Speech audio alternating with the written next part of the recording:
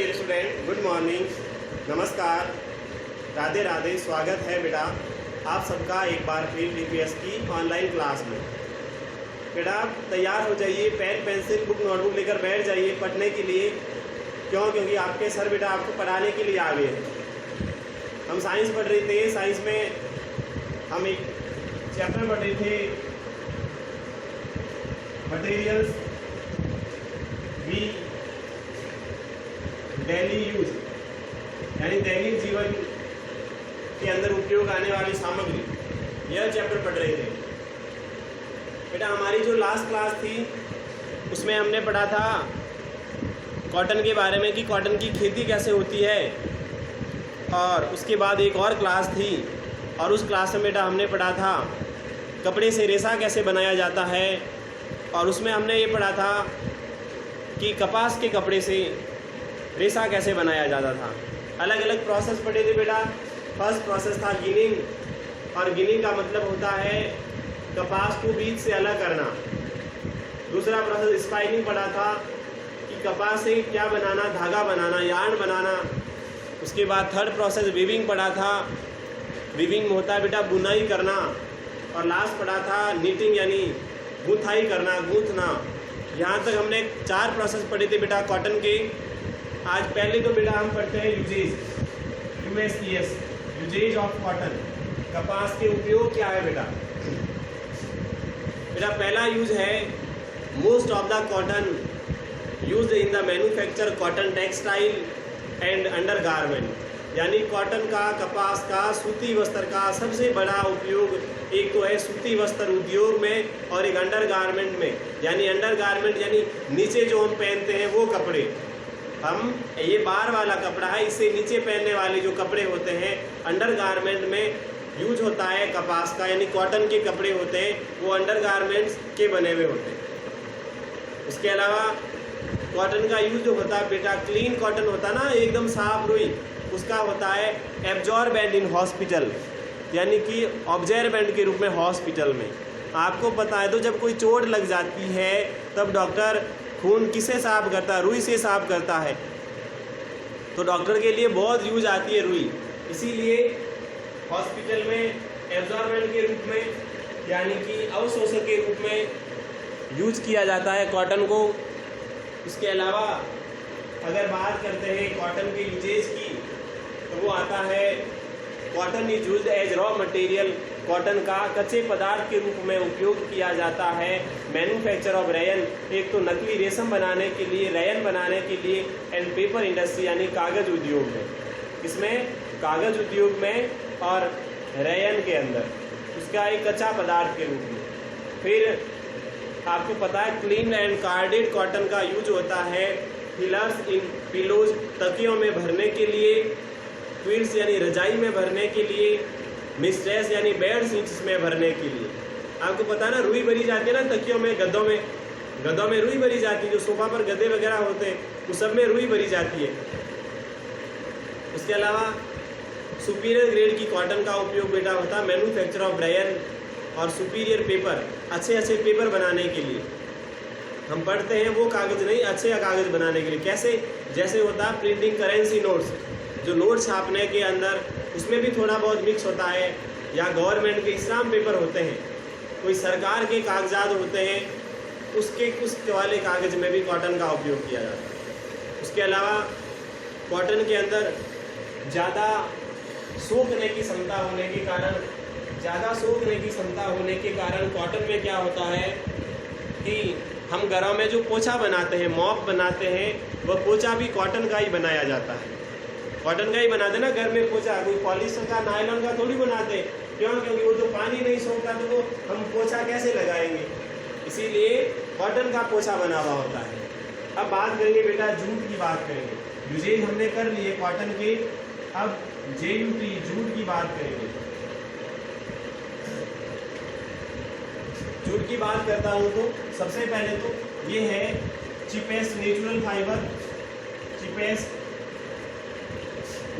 Fibre, सबसे सस्ता प्राकृतिक रेशा। उसके अलावा इसको प्राप्त किया जाता है, स्टेम होता है पौधे का, ये पौधे का स्टेम, ये तो उसकी जड़ें हो गई। ये उसकी शाखाएं हो गई और ये उसका स्टेम हो गया। यहाँ से प्राप्त करते हैं और इस पौधे का नाम है बेटा PATSUN, पटसन है पौधे का नाम। पौधे का नाम क्या है? पटसन है पौधे का नाम।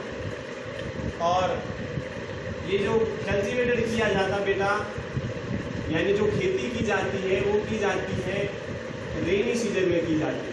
वर्षा ऋतु जो होती है, वर्षा ऋतु में खेती की जाती है कॉटन की।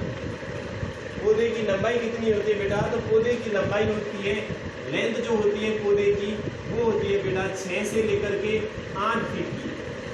6 से 8 फीट पौधा क्या होता है? लंबा होता है। और उसका 85% जो प्रोडक्शन होता है, इसका जूट का 85% प्रोडक्शन वो करता है एक तो इंडिया और एक करता है बांग्लादेश। ये दो देश जो है वही 85% जूट का उत्पादन करते हैं। और उसमें भी largest producer country, largest PRODUCER producer country, सबसे ज़्यादा उत्पादक देश इन वर्ल्ड, यानी दुनिया में, वर्ल्ड में सबसे ज़्यादा जूट का उत्पादन करने वाला देश कौन सा है? तो वो भी बेटा इंडिया ही है। ठीक है ना, इंडिया ही है। अब कैसे करते हैं? तो ये बेटा हमने क्या बोला, ये होता पौधा। पौधे में क्या होता है? ये जो शाखाएं हैं, यहाँ पर जो फ्लावर आते हैं ना, वो आते हैं येलो फ्लावर आते हैं, पीले कलर के फूल आते हैं इस पर। कैसे आते हैं? तो पीले रंग के फूल आते हैं। और जब पौधा 3 या 4 मंथ का होता है, पौधा जब 3-4 महीने का हो जाता, तब पीले रंग के येलो फ्लावर आते हैं। क्या आते हैं? येलो फ्लावर आते हैं, पीले रंग के फूल आते हैं। और इसी समय जब ये पीले रंग के फूल आ जाते हैं, इसी समय एक बेस्ट क्वालिटी का जूट प्राप्त होता है, QUALITY, बेस्ट क्वालिटी का जूट प्राप्त हो जाता है इसी समय। फिर आगे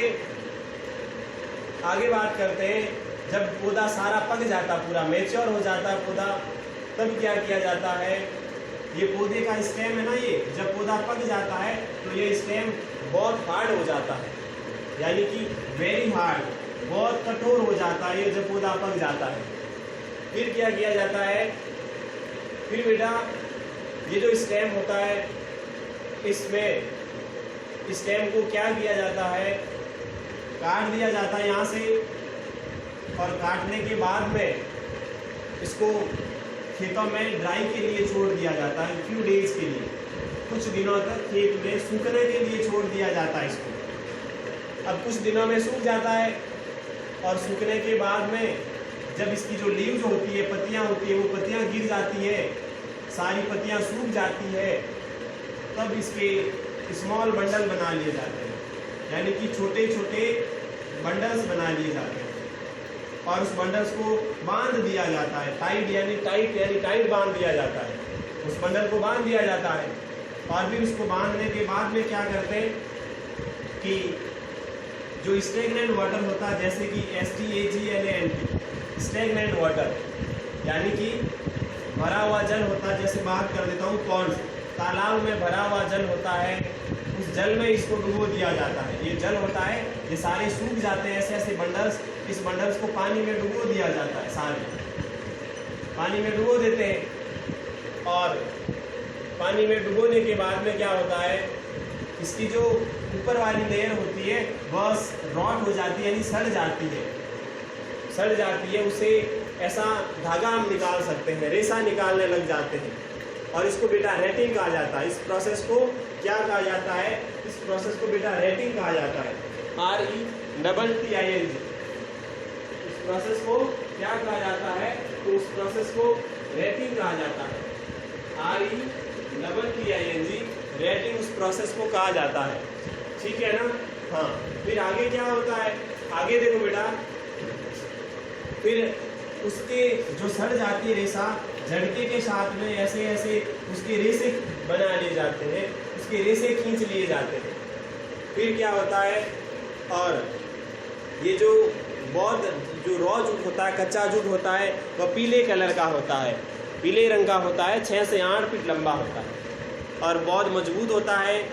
इसको इजीली हम अलग अलग मोटाई के धागों में, चाहे पतला धागा हो चाहे मोटा धागा हो, उस धागों में बदल दिया जाता है।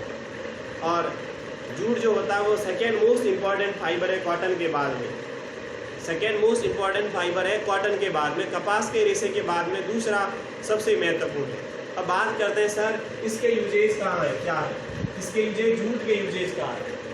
जूट के यूजेज में अगर कोई कच्चा कॉटन होता है तो उसको लपेटने के लिए रैपिंग बेल्स में यूज किया जाता है। कपड़े बनाने के लिए उसको लपेटने के लिए यूज किया जाता है। उसके अलावा बोरी के थैले बनाने में, पर्दे बनाने में, दरियाँ बनाने में, रस्सियाँ बनाने में जूट का यूज होता है। एक अच्छी क्वालिटी का जूट होता है, उससे क्या बनाए जाते हैं, जूट के कपड़े भी बनाए जाते हैं बेटा। अगर अच्छी क्वालिटी का कोई जूट होता है तो उस जूट से क्या बनाया जाता है, तो उस जूट से जूट के कपड़े भी बनाए जाते हैं। अच्छी क्वालिटी के जूट के कपड़े भी बनाए जाते हैं, ठीक है। और अब हम आगे बात करते हैं, फिर आगे देखेगा आपकी बुक में हिस्ट्री ऑफ क्लॉथिंग। ये जो हम कल पढ़ेंगे, कल की क्लास में आपको बेटा होमवर्क में क्या करना है, होमवर्क में आपकी बुक में जो कीवर्ड्स दे रखे हैं वो कीवर्ड्स आपको करने हैं। क्या करना है होमवर्क में, ऐसे मैं नोट कर देता हूँ, जो कीवर्ड्स है ये कीवर्ड्स आपको नोट करने हैं, ठीक है ना। फिर कल हमारी जो क्लास होगी उस कल की क्लास में हम पढ़ेंगे कपड़ों का इतिहास, पढ़ेंगे हिस्ट्री, पढ़ेंगे क्लॉथिंग की।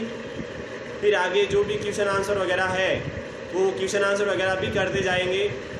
अब आपसे विदा होने का समय आ गया है और कल आपकी क्लास लेकर के वापस लौटता हूँ उसी समय। तब तक के लिए बेटा खुश रहें, मस्त रहें, प्रश्नचित रहें। Bye bye, have a nice day, thank you.